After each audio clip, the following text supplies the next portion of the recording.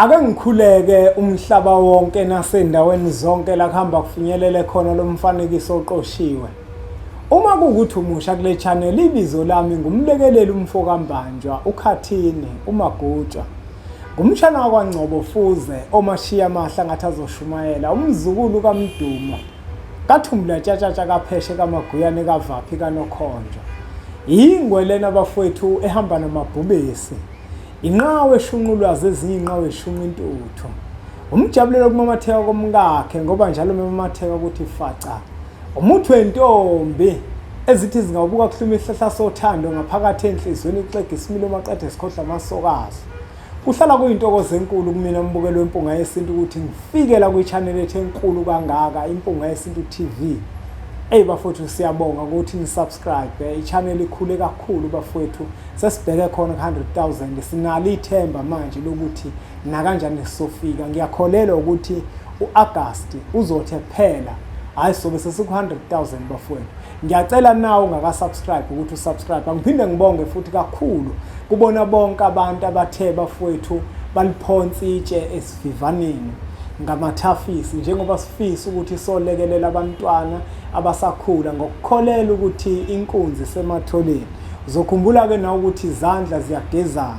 Ingakho nathi mbukelo wempunga yesintu sikholelwa kuwe ukuthi uthando unalo lwempunga yesintu. Ingakho sibe nako ukukholelwa ukuthi masingakhala kuwe uzokwazi ukuthi usilekelele. Ngeke ubuke izinto eziningi ubika amanangananga kodwa uzokwazi ukuthi usilekelele njengoba abantu sebenzile besenza futhi namanje. Siyabonga kakhulu ke bafowethu kubona bonke abathe basixhasa. Ngiyafisa sengathi bafowethu amathongo enu nomkhulu womkhulu anganikhanyisela ukuthi le nkinga enibhekene nazo ezingaxazululeki. Kodwa mhlale ingane zigqoke ezikoleni bese kuyathinteka la engingathintekile khona. Kuxege la kuboshwe khona, kuqaqeke la kuboshwe khona. Ngiyafisa bafowethu ukuthi umkhulu womkhulu sengathi anganikhanyisela anivulele inhlanhla anandisele nasemaphaketheni enu. Lokho bekade nikwenza beningakwenzela impunga yesintu kodwa kufana nokunikela ngoba impunga yesintu iyokudlulisa ebantwaneni abadinga usizo abayothi uma sebesizakala bajabule nabazali babo bajabule kuze kojabula ngisho amathonga lele phansi kwethu lomhlaba. Nazi ke indaba ezinje. Ukuphela kukaJulayi ukuqala kaAugust incwadi zethu zonke zizobe zu-1150 bese siyakuposela. Bonke ke bafowethu abantu abangenazo le ncwadi lezi noma kuthiwa ukufunda ukuthande asizithenge bafowethu le ncwadi lezi empunga yesintu zibalekile bafowethu. Asizithenge bafowethu incwadi eziqukethe ulwazi olunzulu. Abantu abaningi kuke ngangiphathi kahle umuntu angifonele sithi masikhuluma naye ngibone ukuthi eyibuka lo muntu lokube nje unendlela yesintu angabe lento sevele wayifunda wayazi njengoba injalo wayithola incazelo ngoba ukuthola ukuthi kwesinye isikhathi ngimatasa ke mina bafowethu. Njengoba ngenza lo msebenzi wamakhehla nginawo nomunye umsebenzi engiwenzayo. Lo msebenzi engiwenzayo udinga umqondo, udinga ukuthi ngicabange, udinga ukuthi ngihlaziye. Uma sengihleli phambi kwekhompyutha ngenza wona ngisuke ngingasayidingi enye into. Kubalekile ke bafowethu ukuthi sizithenge incwadi zempunga yesintu.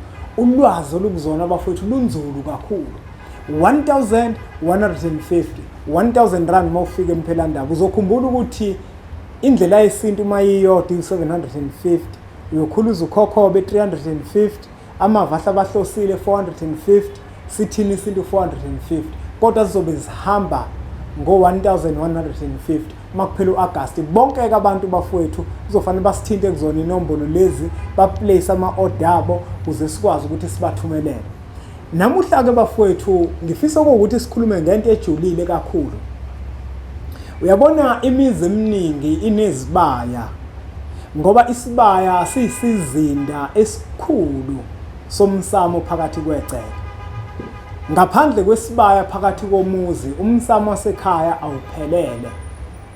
Ngaphandle kwendlu kwakhokho phakathi kwegceke lowo muzi wonke nomsamo wonke uyaxega usukungabhalansile.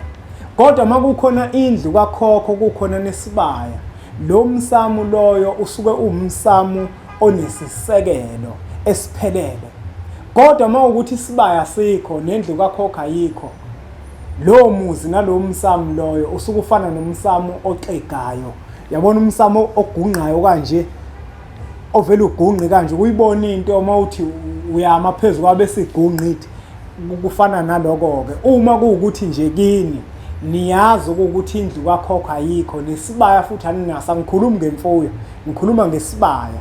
Isibaya awusakhi ngoba kukhona imfuyo, isibaya uyasakha imfuyo ingekho, ngoba imfuyo ngeke ibe khona isibaya singekho. Kufanele wazi ukuthi umsamo wakini uyagunqa, awuphilile uma ukuthi isibaya sikho, uma kuwuthi indlu kakhokha ayikho, uma ukuthi abantu abadala bekho, kukhona ogogo kuphela, ngoba kukhona abantu abanomkhuba wokuthi benze lo gogo kuphela. Umuntu athi ungenisa ogogo, umuntu ohamba phambili nje kuyena ugogo nje, izalukwazi ezihamba phambili, kodwa kunamakhehla le ekhaya. Lesalukwazi safika sizogana le ekhaya, kodwa isona nje abasibeka phambili ukuthi sakhela ugogo, sizongenisa ugogo. Akukhulunywa ngekhehla wayekade liganile, akukhulunywa ngekhehla elalikade limzala. Kanti kubalekile ukuthi njengoba umuzi kowamakhehla, abantu abahamba phambili amakhehla, abantu ababanikazi bemizi amakhehla. Yabona abanye abantu ukathi umuntu wesifazane eganile bese kuvele kuthiwe ikaMasibanibani lapha, niyayibulala indoda manenza njalo. Umuzi wendoda awubizwa ngomfazi. Yingakho kubalekile ukuthi uma uyindoda wakhila umuzi, kubalekile ukuthi umuzi wethu igama, umuzi ubizwe ngegama lawo, ngoba umfazi uma kuwukuthi ukuphethe umuzi kayihlo uzogcina ubizwa ngaye kuthi ikaMasibanibani bese uyafa. Ukufa kwakho akusho ukuthi kophuma umphefumulo kuphela. Umuntu uyafa umphefumulo ungaphumanga. Indoda iyafa uma kuwukuthi umuzi ubizwa ngomfazi. Thola ukuthi indoda ayisenawo umthetho phakathi kwegceke, kukaMachanca, kaMpunzi eDlemini, ngoba iveli isifile, isikhona nje ngokwesidumbu, kodwa ngesizathu sokuthi umthetho ayisenawo, ayisakwazi ukuthi ibekizwe bese lezwakala, leyo ndoda leyo isuke isifile. Njengoba-ke bafowethu ngithi isibaya siyisizinda esikhulu somsamo waphakathi kwegceke. Uma sesinemfuyo phakathi suke sesifana nenqolobane yokuvika nokuvikela bonke abantu abasuke bekhona phakathi kwegceke. Abantu abafuyile bazofakaza ukuthi uma kuwukuthi kukhona imfuyo phakathi kwekhaya, makukhona into embi ezokwehlela abantu, ithongo liyakwazi ukuyichithela esibayeni, kugadleke imfuyo bese kuvikeleka abantu basekhaya. Imfuyo-ke bafowethu iyabikwa nayo. Sike safika la sakhuluma ngokubikwa kwengane, ukubikwa kamakoti, ukubikwa komuzi, ukubikwa komsebenzi njalo njalo. Kodwa sikaze sifike sizotshela abantu ngokubaluleka kokubika imfuyo kanjalo nesibaya. Isibaya naso abantu abaningi bazakhile nje, umuntu uvela agxumeke nje imgongolo afake yonke into, asakhe isibaya afake inkomo phakathi. Isibaya uma ususakhile siyabikwa ngembuzi. Isibaya mawusakha kubalekile ukuthi kube khona ipali phakathi nendawo, kube khona lesigqobo lesi osifaka phakathi nendawo somlungu mabele, usifake laphana leso sigqobo. Bese emva kwaloko uthatha imbuzi ukhuphukele emsamo. Mawufika emsamo usibike isibaya kokhokho bakho, okukuthi bokhokho bami nani bomkhulu, namhlanje ngizonibikela ngesibaya salapha ekhaya. Siyacela ukuthi lesibaya nisiqinise.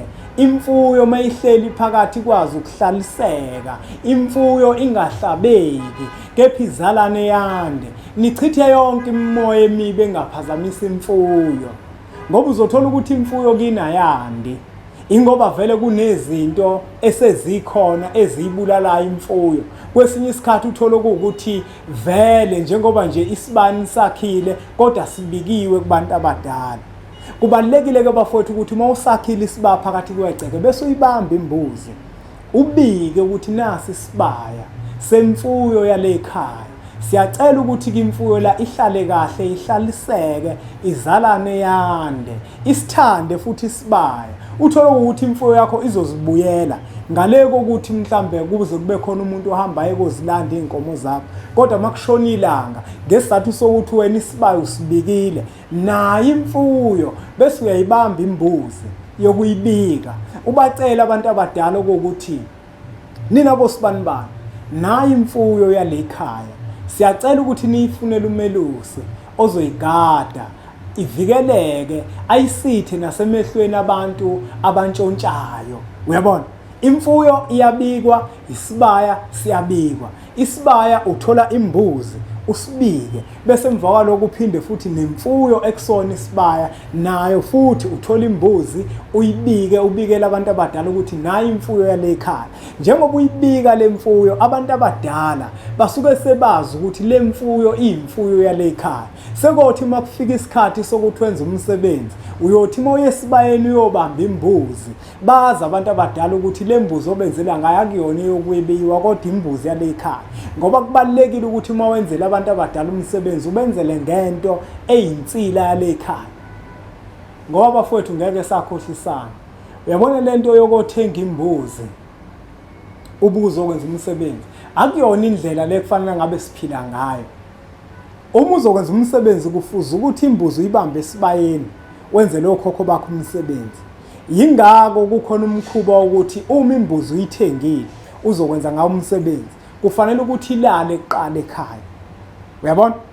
Kodwa ngokwesintu nangokwemvelo yethu thina abantu abampisholo uma uzokwenza umsebenzi imbuzi kufanele uyibambe esibayeni ubenzele ngembuzi yale ekhaya eyinsila yale ekhaya. Ungabenzeli ngembuzi uzohamba uye koyithenga kanti uthole ukuthi lo muntu oyithenge kuyena mhlawumbe uyebile wenza umsebenzi ngembuzi yokwebiwa umsebenzi awusakunika iziqhamo ezinhle. Kubaluleke lapho ke bafowethu ukuthi imfuyo ekhona phakathi kwekhaya uyibike ucela abantu abadala ukuthi bayifunele umelusi. Ngikhuluma ngomelusi wasemoyeni nesibaya ngokunjalo naso siyabikwa. Uma ususibikile isibaya uthatha inyongo yembuzi okade usibika ngayo uhamba oyithela lapha epalini esibayeni. Hayi bafuthu angawageqa amagula angemuki. Isifundo sethu sanamuhla besithi imfuyo kanye nesibaya izinto lezi ezibalekile phakathi kwegceke. Yonke into yaphakathi kwegceke iyabikwa. Uma uthenga imoto uyayibika. Uma kukhona umsebenzi owenzayo uyawubika. Uma uganiwe wanomfazi uyambika. Uma uzela abantwana uyababika. Uyabona? Wathenga imbuzi uyayibika. Wathenga inkomo uyayibika. Yonke into eza phakathi komuzi iyabikwa kubantu abadala ababanikazi bale ekhaya ukuze bazi ukuthi ubani yena lo. Uma kukhona ingane oyicelile ukuthi izohlala nawe phakathi komuzi wakini uyayibika. Uma kukhona umuntu omcelile ukuthi azokugadela umuzi wakho mhlambe ngokubambeka amatoho wena uhlala ekhaya kodwa khona umuntu le ekhaya osezohlala uyambika. Yonke into efika phakathi kwegceke ezohlala phakathi kwegceke ukhumbule ukuthi makuthiwa uthola umuntu owumelusi ozolusa inkomo zakho kufanele ukuthi umbike phakathi kwegceke ngoba usuke ezohlala phakathi kwegceke usuke futhi esezohamba yoshobinga lapha onqenqemeni lwegceke lale ekhaya. Uyabona? Nayo into eyinkinga ngoba uma kuukuthi lo muntu ngeke uzumbike abantu abadala bazodideka ukuthi ubani manje lo. Yingakho ke kubalekile bafowethu nodadewethu ukuthi yonke into esiyenzayo emagcekeni emizi yobaba bethu nomkhulu bethu siyibike sibikele bona njenganabanikazi bomuzi. Umuzi noma ungawakha wena ngezikhwepha zakho ugabe ngokuthi imali owakhe ngaye yakho. Leyo mali leyo kodwa usuke uyinikezwe yibona abantu abadala. Umuzi akuwona owakho owabantu abadala. Yonke into oyenzayo egcekeni kubalekile ukuthi uyibike. Mawuthenga imfuyo uyibike ubikele abantu abadala ubacele ukuthi abayigade bayifunele umelusi. Imfuyo yakhe iyokwazi ukuthi ihlale kahle ngeke ibe lula nasemaseleni ukuthi athi umeyibuka bese acabanga ukuthi ayintshontshe. Nesibaya ke ngokunjalo naso futhi siyabikwa usibike ngembuzi ukuze umsamo wakho ube umsamo ophelele ube umsamo onesisekelo esiphelele. Hayi bafowethu angawageqa amagulu ngoba ngemuki. Ngicela ke siwuthathe lo mfanekiso oqoshiwe sodlulisele kwabanye abantu ngoba nakubona uzoba usizo olukhulu. Siqhubeke njalo ke bafowethu subscribe ku channel yethu enkulu Impunga Yesintu TV. La sikhona siKwaZulu Natal eThekwini eMphelandaba. Ikhona la ufika khona sizohlala phansi sichushisane ngezinto ezithinta isintu. Uma kuukuthi kukhona ofuthi ukwenza emsamo ekhaya sike sikuchushise thina siyimpunga yesintu sikunikeze ulwazi bese wena uhamba uye kokwenza ekhaya. Ngiyacela-ke bafowethu usuthathe umfanekiso oqoshiwe usudlulisele kwabanye abantu ngoba nakubona uzoba usizo olukhulu. Bese sithi nje impunga.